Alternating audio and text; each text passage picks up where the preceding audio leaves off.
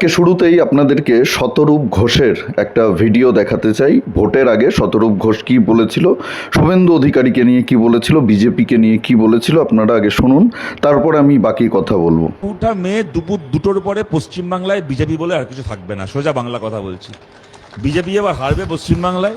2-1টা seat জিততে পারে কোথাও, আবার 2-1টা সিট যেগুলো আগের বার জিতেছিল সেগুলো হাত থেকে চলে যাবে। এরকম অনেক সিট আছে, সিট কিছু পাবে বিজেপি, এই নিয়ে কোনো সন্দেহ নেই, কয়েকটা সিট পাবে। কিন্তু পশ্চিমবাংলায় বিজেপি সরকারে আসছে না। আর এইবার যে পশ্চিমবাংলায় বিজেপি সরকারে আসছে না, আগামী 20-25 বছরের জন্য বিজেপির নাম খরচের খাতায় উঠে যাবে। বাংলায় কেউ আর বিজেপিকে ভোট দেবে না। যারা বিজেপিকে ভোট দিচ্ছিলেন দলে দলে তারা অন্য দলকে সমর্থন করতে চলে যাবেন। বিজেপির অর্ধেক নেতা আর বিজেপিতে থাকবে না। বিজেপি আবার আগের মতো 4%, 5%-এর পার্টি হয়ে যাবে। এবং আপনাদেরকে এইটা বলে যাচ্ছি, সেই দিনও হয়তো দিলীপ ঘোষ বিজেপি করবেন, সেই দিনও হয়তো রাহুল সিনহা বিজেপি করবেন, যারা কিনা বিজেপির পুরনো লোক, সত্যিকারের লোক। শ্রমিক ভট্টাচার্য বিজেপি করবেন। কিন্তু আপনাদেরকে বলছি, বিজেপি এইবার পশ্চিমবাংলায় হেরে যাওয়ার পরে এই শুভেন্দু অধিকারী আর কত ঘন্টা বিজেপি থাকে, আরো ক কেজি হিন্দু থাকে, তারপরে আমি দেখব, তারপরে দেখব ক কেজি হিন্দু থাকে। বিশাল বড় পণ্ডিত, বিশাল বড় রাজনীতিবিদ, সব জানে। এখন গিয়ে শুভেন্দু অধিকারীর পা ধরে একটু ক্ষমা চেয়ে আসুন, একটু শুভেন্দু অধিকারীর সামনে নাক্ষর দিয়ে আসুন, একটু কান ধরে উঠবস করে আসুন। মানুষ কি চাইছে সেটা আপনারা বোঝেন না, মানুষের নাড়ি, মানুষের পালস আপনারা বোঝেন না, মানুষের মনে কি চলছে আপনারা বোঝেন না। নিজেদেরকে আপনারা নেতা বলে দাবি করেন, কিন্তু মানুষকে আপনারা বুঝতে পারলেন না। মানুষ বিজেপিকে চেয়েছিল, মানুষ বিজেপিকে ক্ষমতায় নিয়ে এসছে। আপনাদেরকে কেউ চায় না। তৃণমূলকে জেতানোর জন্য আপনারা কি পরিমাণে নোংরামি করেছেন, বিজেপিকে হারানোর জন্য কি পরিমাণের নোংরামি করেছেন, কি সবাই ভুলে গেলেও আমি ভুলব না। রত্না দেবনাথ, অভয়া দিদির মাকে হারানোর জন্য এই সিপিএম চরম পর্যায়ে নেমে নোংরামি করেছে। তৃণমূলও এত নোংরামি করতে পারেনি, আমি বলতে বাধ্য হচ্ছি, তৃণমূলও এত নোংরামি করতে পারেনি। অভয়া দিদির মা রত্না দেবনাথকে হারানোর জন্য এই সিপিএমরা যত নোংরামি করেছে, কলতান যে নোংরামি করেছে, দীপশিতা ধর যে নোংরামি করেছে, মানে নির্বাচনের আগে হাবভাব এমন ছিল, কলতান আর দীপশিতা জিতলেই মনে হয় ওরা সরকার গঠন করে ফেলবে। রত্না দেবনাথকে হারাতে পারলেই মনে হয় অষ্টম বামফ্রন্ট সরকার গঠন হয়ে যাবে। তৃণমূলের বিরুদ্ধে এরা এত কথা বলেনি যত কথা বলেছে রত্না দেবনাথের বিরুদ্ধে। অভয়া দিদির মাকে বেঈমান বলেছে এরা, সব বোঝে এরা। বাংলার মানুষ যাদেরকে একবার ছুঁড়ে ফেলে দেয় না, তাদেরকে আর ক্ষমতায় বসায় না। এটা বাংলার ইতিহাস। বাংলার মানুষ কংগ্রেসকে ছুঁড়ে ফেলে দিয়েছে। কংগ্রেসের আজকে দেখুন পশ্চিমবঙ্গের রাজনীতিতে কোনো গুরুত্বই নেই, কোনো গুরুত্ব নেই। বাংলার মানুষ সিপিএমকে ছুঁড়ে ফেলে দিয়েছে 34 বছর ক্ষমতায় বসিয়ে রাখার পরে। আজকে সিপিএমের কোনো গুরুত্ব নেই পশ্চিমবঙ্গের রাজনীতিতে। তৃণমূলকে 15 বছর দেখলো, তৃণমূলকে ছুঁড়ে ফেলে দিয়েছে। এবার দেখুন তৃণমূল এই যে 80টা আসন রয়েছে, আস্তে আস্তে পরের নির্বাচনে, সামনে যে লোকসভা নির্বাচন রয়েছে 2029-এ, সেই লোকসভা নির্বাচনেই দেখবেন তৃণমূল একেবারে শেষ হয়ে গেছে, নিঃস্ব হয়ে গেছে। এবং এই কারণেই আজকে সব তৃণমূল ছেড়ে পালিয়ে যাচ্ছে। এই যে রিজু দত্ত তৃণমূলের বিরুদ্ধে কথা বলছে, জেনে বুঝেই বলছে। এরা জানে তৃণমূলে কোনো ভবিষ্যৎ নেই।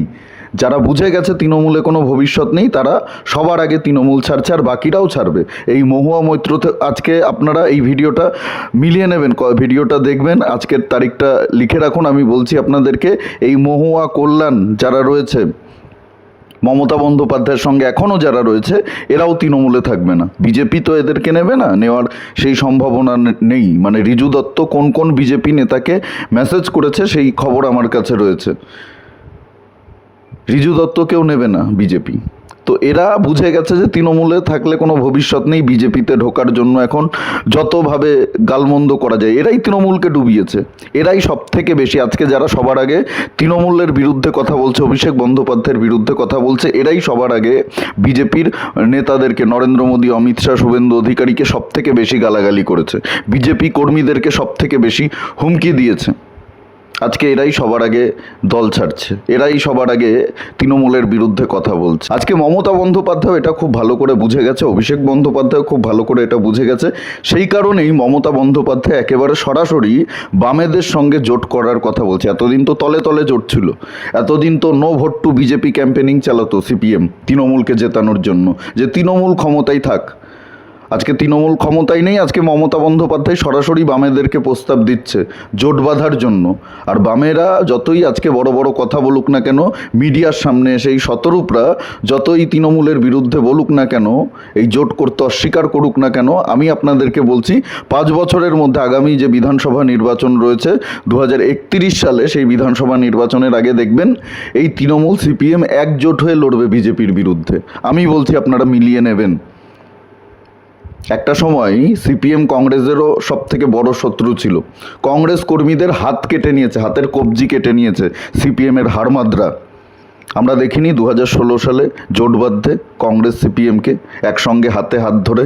আমরা দেখিনি 2021 কংগ্রেস সিপিএমকে একজোট হয়ে লড়াই করতে। একটা সময় কেউ ভাবতে পারতো না যে সিপিএম আর কংগ্রেস এক হয়ে নির্বাচনে লড়াই করবে, জোট বাঁধবে।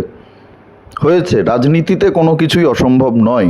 আর এদের তো কোনো নীতি নেই, এদের কোনো নীতি নৈতিকতা কিচ্ছু নেই। এরা ক্ষমতা ধরে রাখার জন্য, ক্ষমতায় থাকার জন্য সব কিছু করতে পারে, সব কিছু করতে পারে। এই সিপিএম সব থেকে বেশি বদমাইশ। মমতা বন্দ্যোপাধ্যায়ের হাত এরা ধরবে, অভিষেক বন্দ্যোপাধ্যায়ের হাত এরা ধরবে, তৃণমূলের হাত এরা ধরবে। কারণ সিপিএমও খুব ভালো করে বুঝে গেছে আজকে গোটা ভারতবর্ষ থেকে সিপিএমের অস্তিত্ব প্রায় বিলুপ্ত হওয়ার পথে। কেরালেও হেরে গেছে, সেখানেও সিপিএমের আজকে সরকার নেই। ত্রিপুরা থেকে আগেই মানুষ লাথি মেরে বের করে দিয়েছে, বাংলা থেকেও বের করে দিয়েছে। কোনো রাজ্যে প্রধান বিরোধী দলের জায়গাটাও নেই, কেরলে আছে এখন শুধুমাত্র প্রধান বিরোধী দলের জায়গাতে। পরবর্তীতে তাও থাকবে কিনা সন্দেহ রয়েছে। এরা এখন বিজেপির বিরুদ্ধে যত রকমের মিথ্যাচার, যত রকমের ন্যারেটিভ, যত রকমের অপপ্রচার শুরু করবে। আমি আপনাদেরকে বলছি মিলিয়ে নেবেন।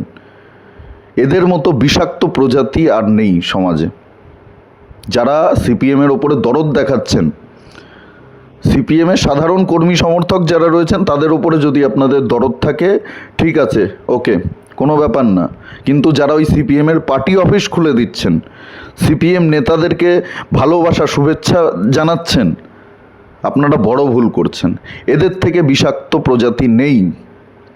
গোটা বিশ্বের জন্য এরা ক্ষতিকারক, গোটা বিশ্বের জন্য। এরা যেই থালায় খায় সেই থালাই নোংরা করে। এরা যেই দেশে থাকবে সেই দেশের ক্ষতি করবে, এরা যেই রাজ্যে থাকবে সেই রাজ্যের ক্ষতি করবে, যেই সমাজে থাকবে সেই সমাজের ক্ষতি করবে। এতটা জঘন্য প্রজাতি এরা, ব্যাকটেরিয়া, পরজীবী। আপনার ঘাড়ে বসে আপনার রক্ত খেয়ে ফেলবে। এদেরকে প্রশ্রয় দেবেন না। আগামী দিনে লড়াইটা কিন্তু এদের সঙ্গেই। মমতা বন্দ্যোপাধ্যায় এরা জোট বাঁধবে 2031 বিধানসভা নির্বাচনের আগে। আমার কথা আপনারা মিলিয়ে নেবেন। আমাদের লড়াই হবে সিপিএমের বিরুদ্ধে। সিপিএমকে হালকাভাবে নেবেন না। এরা মিথ্যে কথা বলতে পারদর্শী। এরা এমনভাবে মিথ্যে কথা বলবে আপনার মনে হবে বারবার আপনার কানের সামনে একই মিথ্যে কথা বলবে, এমনভাবে বলবে যে আপনি ম্যানুপুলেট হয়ে যাবেন। যুব সমাজকে এরা ম্যানুপুলেট করতে ওস্তাদ।